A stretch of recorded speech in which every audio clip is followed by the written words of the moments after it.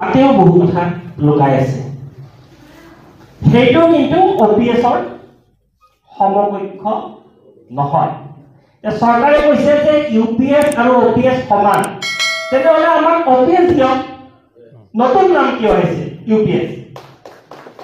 এইবিলাক আমি একচেপ্ট নকৰো। আমাক OPS লাগিবই। আজি সকলোৱে দৃঢ় প্ৰতিজ্ঞাবদ্ধ হওক যে যেতিয়ালৈকে আমি OPS নাপাওঁ তেতিয়ালৈকে আমি ৰেষ্ট নলওঁ। 2 নম্বৰ, ইনফ্লেশ্যন ইনডেক্স পেনশ্যন, এটা মুদ্ৰাস্ফীতি বুলি এটা ভয়াৱহ বস্তু এটা আছে। এই বস্তুৰ দাম বাঢ়ি থাকে, দৰমহা বঢ়াই দিয়ে চৰকাৰে, কিন্তু বস্তুৰ মূল্য বাঢ়ি যায়। OPS-টো কিন্তু এই মুদ্ৰাস্ফীতিৰ লগত সম্পৰ্ক আছে, কিন্তু NPS-ৰ সম্পৰ্ক নাই। মোৰ দেউতা 1997-ত ৰিটায়াৰ হৈছিল, 10,000 টকা পেঞ্চন পাইছে। এতিয়া তেওঁৰ বস্তুৰ দাম বাঢ়িছে, পে কমিশ্যন আহিছে, লাহে লাহে দৰমহা পেঞ্চন বাঢ়ি গৈ আছে, বাঢ়ি গৈ এতিয়া 40,000-ৰ ওচৰত পাইছে।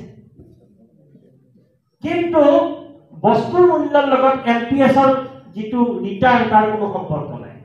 মই যিটো ইনকাম কৰিম, বজাৰে যিটো মোক মাল বেছি পালাই মোক প্ৰফিট কৰি দিব, তাৰ ওপৰতে মই চলিব।